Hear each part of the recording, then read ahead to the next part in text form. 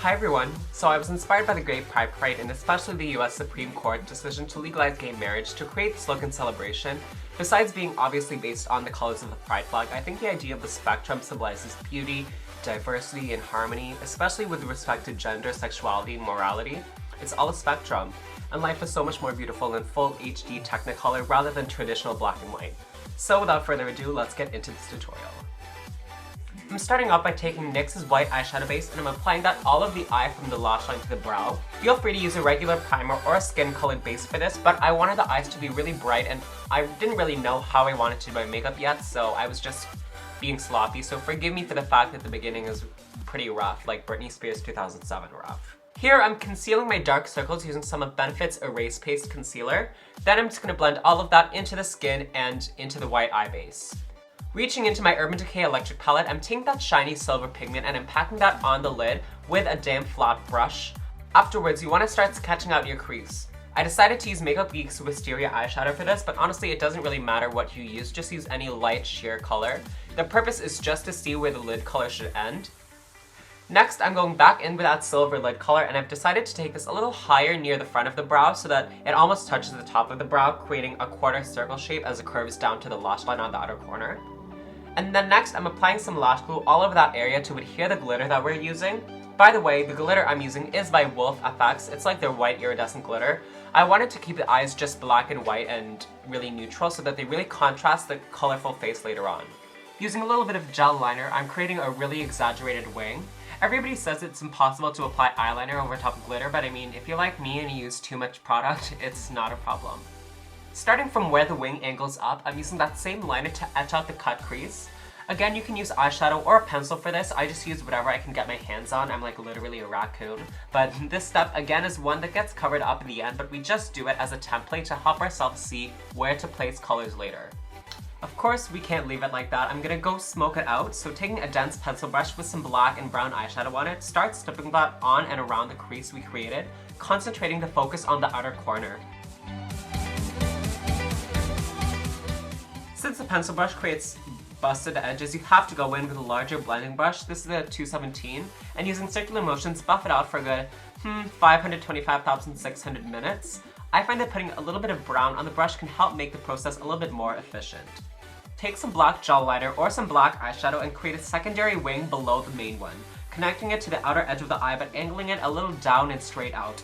Then extend this into the inner part of the eye, creating an inner wing. Notice how I drew it lower than my natural lash line? This allows us to fill in the empty space with white, thereby creating the illusion of a bigger eye.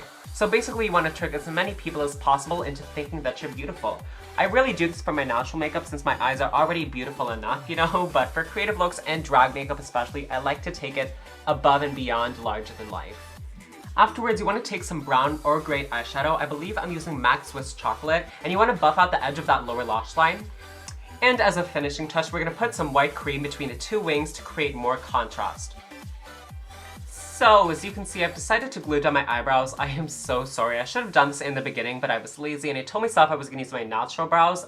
I needed someone to slap me right across the face. I don't know what came over me when I decided to go natural, but anyway, I'm flattening down my brows with some glue stick to get rid of the texture of the hairs. Wait a couple seconds for it to dry, and then we're going to set that glue with a little bit of powder just to make sure it's like 100% dry.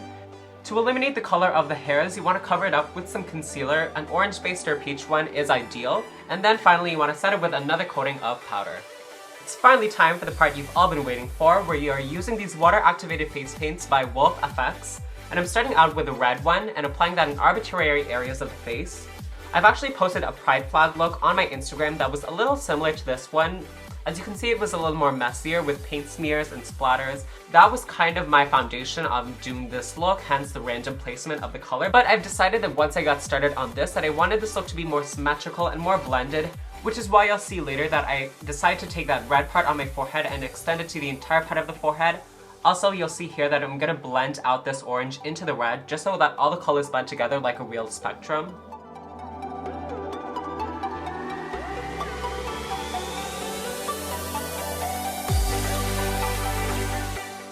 So I've decided I wanted the colors to transition as I got closer to the center, so between the brows and on the apples of the cheeks later, you could see that I'm applying yellow as I want to go from red to orange to yellow. But as you saw, it took me a long while to transition just from red to orange because I wanted a seamless blend. It's the same idea here, so before I go from yellow to green, I want to make sure the yellow blends perfectly into the orange and the orange into the red. Since the sponge I used to blend everything so far is saturated with a bunch of red and orange, any yellow that I try to put on my face is bound to turn orange when I touch it with a sponge, and I wanted to transition into green, but green and orange just make brown. So to transition into the green, I've decided to use a clean sponge. In fact, I'm using my beauty blender here. As you can see, I'm putting it mainly on the inner portions of my face. On a separate surface, it helps to mix the green and yellow, so you're using more of a lime green because it transitions into yellow much easier than a traditional forest green would. To help bridge the gap between the green and the orange/red, which is probably the hardest to blend out of this look, you can see I'm applying some yellow to all the edges of the green because yellow transitions into orange much easier than green does. I know I might make it look easy on here, but honest to God, I probably had like 2 to 3 hours of footage of me just sitting there thinking about what to do and blending out furiously for like hours upon hours. Really, for any look, it just takes patience, but in the end, it was worth it because it's one of my favorite looks I've ever done. Once you've blended the green into the yellow, into the orange, into the red, it's time to blend it into some blue. But first we have to go from lime green to a teal. So I'm applying a little bit of a blue-green mixture with a smaller precision paintbrush because we're working on a much smaller area this time, which is the nose, so it wouldn't be very wise to use a big sponge. Then things got a bit complicated because the blue in my palette is actually all exhausted to like a little crumb, so I'm unable to make blue or violet. What I've decided to do to improvise is take my Urban Decay electric palette. I'm taking the color Fringe, which is that teal color on the top right, and I'm blending that into the sides of the nose. Lucky enough, these were actually, believe it or not, easier to blend than face paints were. I probably wouldn't use them all over my entire face though, like I do with the face paints, because they're not as opaque, but on a small area like the nose, they're fabulous.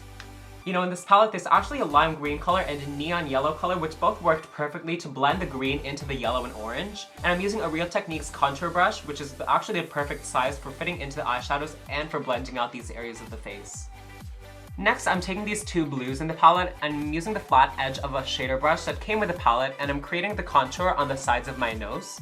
For the edge where the highlight is going to be, I'm keeping that sharp, whereas the opposite edge nearest the cheek, I'm blending into the teal color. So in the rainbow after blue, the next natural color is purple, but the purple in the palette is actually quite dark and I wanted a lighter highlight on the nose. I mean, in retrospect, I could have used like a lilac or a lavender lip product, but I actually decided to break the rules and use yellow on the nose. As you can see, I kept a sharp line where the yellow met the blue on the contours of the nose, but I had it blend vertically into the green between the eyes. And then because we cannot be having a humongous nose, I went back in with some blue in the contours and narrowed down that yellow highlight. I've also decided to take some blue and blend this into the lower lash line for more color, which this also creates a really cool contrast with the orange on the cheek. I love how I say I decided as if I'm like making executive decisions or like I'm doing something important. Next, I'm taking the brush that I used for the green and yellow pigments and I'm cleaning it with some alcohol on a tissue paper, and I'm dipping it into the purple in the palette, which I'm going to blend this into the red in the temples, in the hairline, and cheekbones. I realized very quickly that it looked like one of those infrared heat maps with all the orange and red and yellow, and also because the green and blue took up such little space on the nose, I felt like the purple had a responsibility to take up more space.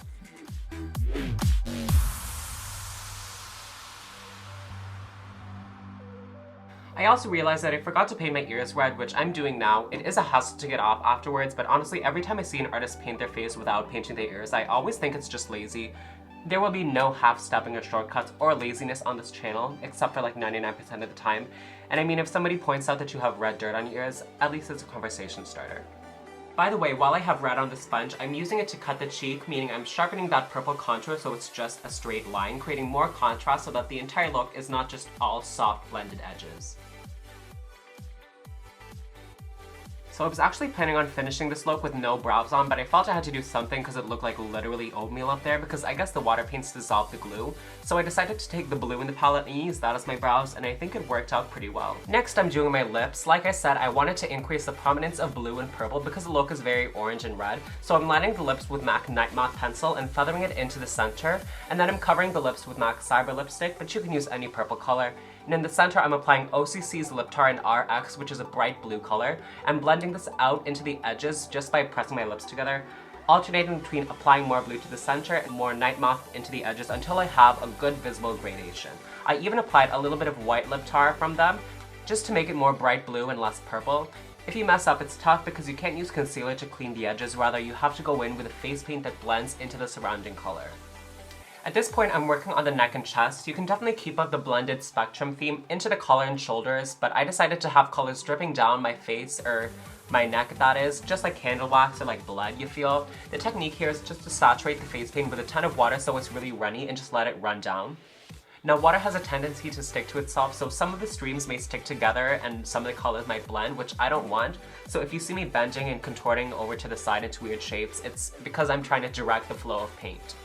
And like I said earlier, I ran out of blue paint, so to make blue and purple drops, I actually used that blue OCC Liptar and a purple liquid lipstick. Finally, I'm gonna finish this look off in the same place we started, which is the eyes. Putting on some mascara. Try not to get mascara on the lower lashes where you put white because you want the illusion that that's actually your eye. I feel like these are about 6 or 7 pairs of lashes. Don't judge me. I'm planning on making a lash stacking video very soon, so keep your eyes peeled for that. Now with lashes as gigantic and as heavy as these, it is very easy for them to look wonky or droopy or like you lost control of your eye muscles on one side of your face, you know? The key is instead of placing them on your lash line like you would regularly do with like beautiful makeup, you have to place them up a little higher, especially towards the end, so that they instead lift the eyes up and out. So that, lady boys and girls, is the finished look. As you can see, the glitter looks really amazing here. I know in the beginning, even I was doubting myself that it looked horrible and sloppy, but I'm actually really proud of this look. It's one of my favorites of all time that I've done.